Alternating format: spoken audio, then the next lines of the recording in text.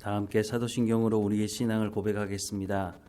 나는 전능하신 아버지 하나님, 천지의 창조주를 믿습니다. 나는 그의 유일하신 아들 우리 주 예수 그리스도를 믿습니다. 그는 성령으로 잉태되어 동정녀 마리아에게서 나시고 본디오 빌라도에게 고난을 받아 십자가에 못 박혀 죽으시고 장사된 지 사흘 만에 죽은 자 가운데서 다시 살아나셨으며 하늘에 오르시어 전능하신 아버지 하나님 우편에 앉아 계시다가 거기로부터 살아있는 자와 죽은 자를 심판하러 오십니다. 나는 성령을 믿으며 거룩한 공교회와 성도의 교제와 죄를 용서받는 것과 몸의 부활과 영생을 믿습니다. 아멘. 찬송가 86장 함께 찬양하겠습니다. 86장 함께 찬양하겠습니다.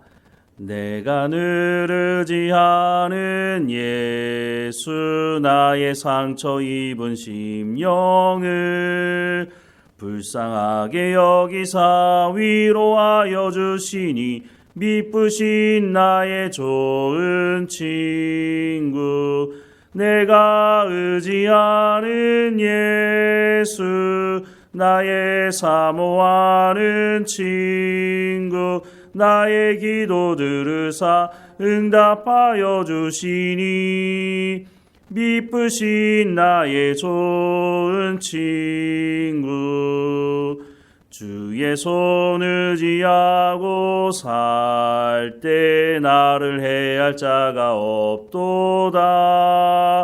주님 나의 마음을 크게 위로하시니 미쁘신 나의 좋은 친구 내가 의지하는 예수 나의 사모하는 친구 나의 기도 들으사 응답하여 주시니 미쁘신 나의 좋은 친구 내가 요단강 건너가며 마음이 두려워서 떨 때도 주가 인도하시니 어찌 두려워하랴 미쁘신 나의 좋은 친구 내가 의지하는 예수 나의 사모하는 친구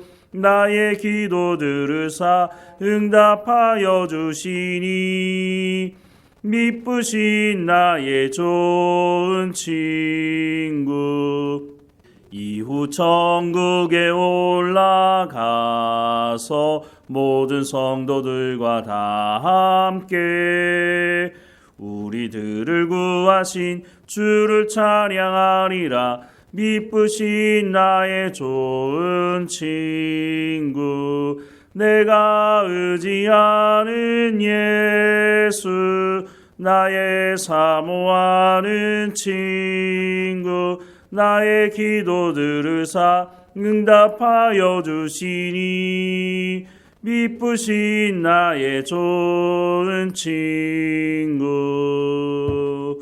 아멘. 오늘 하나님께서 우리에게 주시는 말씀은 갈라디아서 3장 1절에서 5절까지 말씀입니다. 갈라디아서 3장 1절부터 5절까지 말씀 함께 읽겠습니다. 어리석도다 갈라디아 사람들아 예수 그리스도께서 십자가에 못 박히신 것이 너희 눈앞에 밝히 보이거늘 누가 너희를 꾀더냐 내가 너희에게서 다만 이것을 알려하노니 너희가 성령을 받은 것이 율법의 행위로냐 혹은 듣고 믿음으로냐 너희가 이같이 어리석으랴 성령으로 시작하였다가 이제는 육체로 마치겠느냐 너희가 이같이 많은 괴로움을 헛되이 받았느냐 과연 헛되냐 너희에게 성령을 주시고 너희 가운데서 능력을 행하시는 이의 일이 율법의 행위로서냐 혹은 듣고 믿음에서냐. 아멘. 바울이 갈라디아 교회들에게 던진 두 번째 질문은 성령을 받은 것이 무엇으로냐라고 하는 것이었습니다. 2절 말씀을 다시 보면 내가 너희에게서 다만 이것을 알려하노니 너희가 성령을 받은 것이 율법의 행위로냐 혹은 듣고 믿음으로냐라고 말씀하고 있습니다. 예수님은 승천하시면서 제자들에게 예루살렘을 떠나지 말고 하나님께서 약속하신 성령이 임하기를 기다리라 라고 말씀하셨습니다. 사도행전 1장 4절부터 8절 말씀에 보면 사도와 함께 모이사 그들에게 분부하여 이르시되 예루살렘을 떠나지 말고 내게서 들은 바 아버지께서 약속하신 것을 기다리라. 요한은 물로 세례를 베풀었으나 너희는 몇 날이 못되어 성령으로 세례를 받으리라 하셨느니라.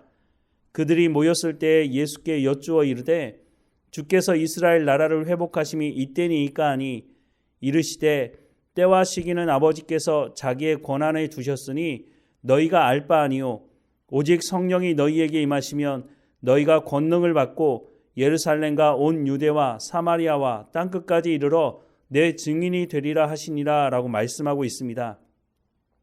제자들은 이 말씀에 따라서 예루살렘에 머물며 기도에 힘썼다고 말씀하고 있습니다.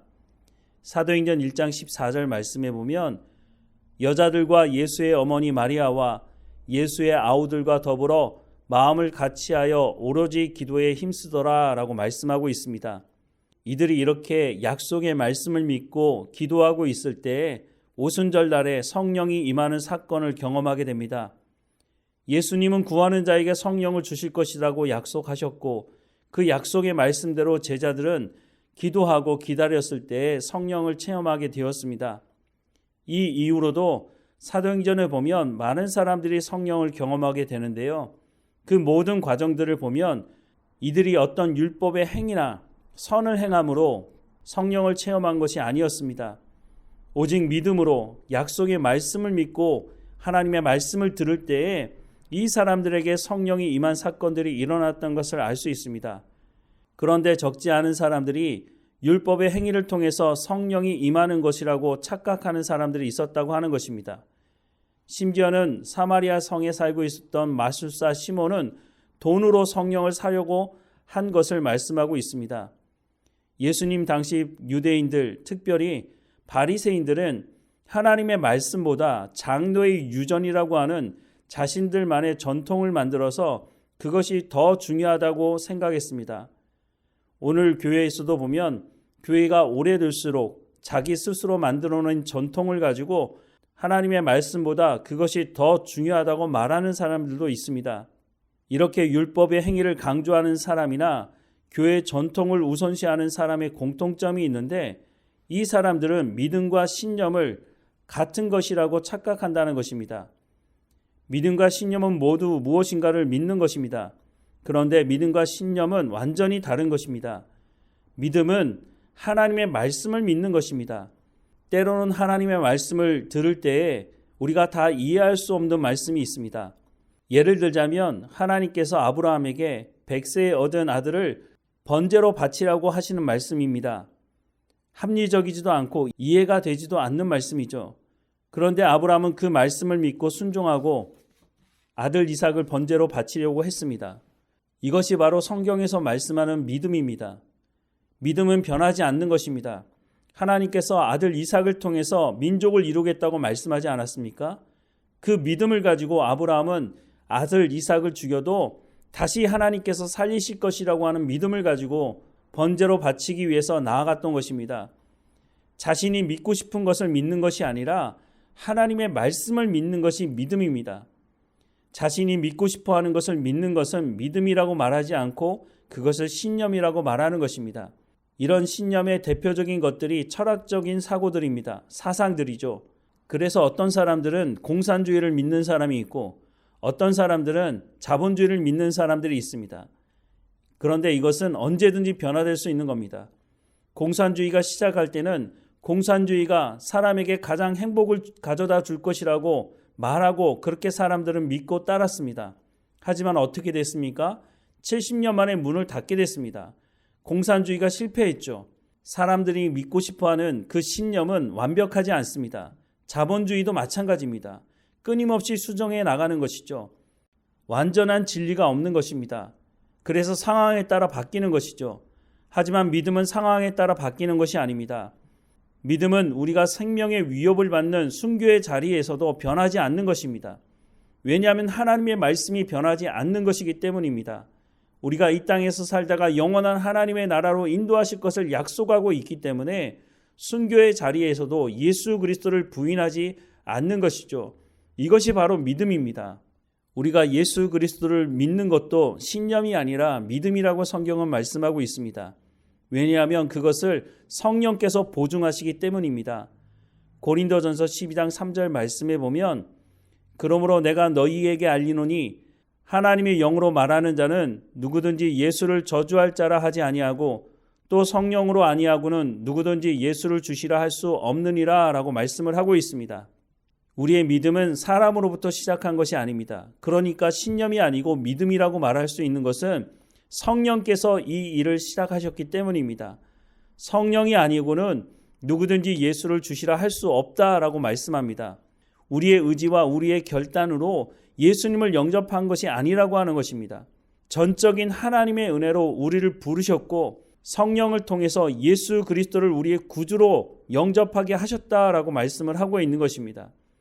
물론 우리의 입술로 고백하게 되지만 성령으로 아니하고는 누구든지 예수를 주시라 할 수 없다라고 분명히 성경이 말씀해주고 있다고 하는 것이죠. 또한 우리가 예수 그리스도를 영접하고 하나님의 백성으로 살아가는 데 있어서도 성령이 말할 수 없는 탄식으로 우리를 중보하신다고 성경이 말씀하고 있다고 하는 것입니다. 바울은 이런 복음을 들었던 갈라디아 교회 사람들에게 묻고 있는 것입니다. 너희가 성령을 받은 것이 율법의 행위로냐 혹은 듣고 믿음으로냐 라고 묻고 있는 것입니다. 분명한 것은 율법의 행위로가 아니라 믿음으로 성령의 임함을 경험하게 되었다고 하는 것입니다.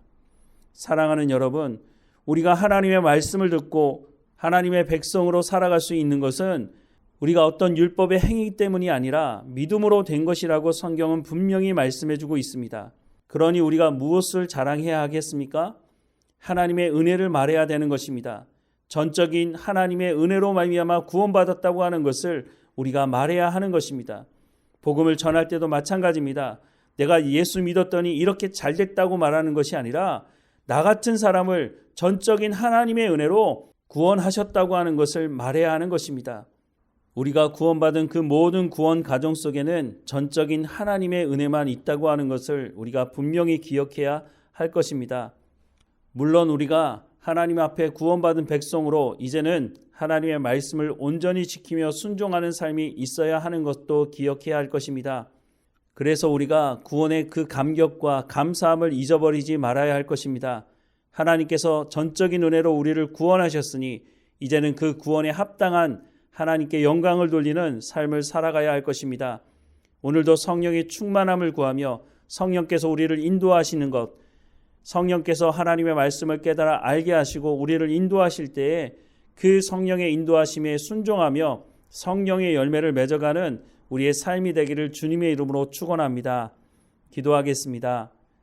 사랑하는 하나님, 우리를 사랑하시고 우리 가운데 놀라운 구원의 은혜를 허락해 주셔서 감사합니다. 날마다 깨어 있도록 우리 가운데 성령의 충만함을 허락해 주시고 그 성령을 통해서 하나님의 말씀을 온전히 붙들고 살아가는 우리의 삶이 될 수 있도록 은혜를 허락해 주옵소서. 어느 곳에 있든지 하나님과 동행하게 하시며 하나님 우리 가운데 주시는 평안을 누리며 우리가 하나님의 백성인 것을 세상 사람들에게 증거하며 우리가 어떻게 구원을 얻었는지 우리가 그들에게 증거하고 복음을 전하는 삶이 될 수 있도록 은혜를 허락해 주옵소서. 우리 마음에 품고 기도하고 있는 전도의 대상자들 하나님 그들의 마음을 열어주시고 우리 가운데 베풀어 주신 그 놀라운 구원의 은혜를 그들도 경험할 수 있도록 은혜를 허락해 주옵소서. 늘 우리와 함께 하시는 하나님께 감사드리고 예수 그리스도의 이름으로 기도드립니다. 아멘. 하늘에 계신 우리 아버지, 아버지의 이름을 거룩하게 하시며 아버지의 나라가 오게 하시며 아버지의 뜻이 하늘에서와 같이 땅에서도 이루어지게 하소서. 오늘 우리에게 일용할 양식을 주시고 우리가 우리에게 잘못한 사람을 용서하여 준 것 같이 우리 죄를 용서하여 주시고 우리를 시험에 빠지지 않게 하시고 악에서 구하소서. 나라와 권능과 영광이 영원히 아버지의 것입니다. 아멘.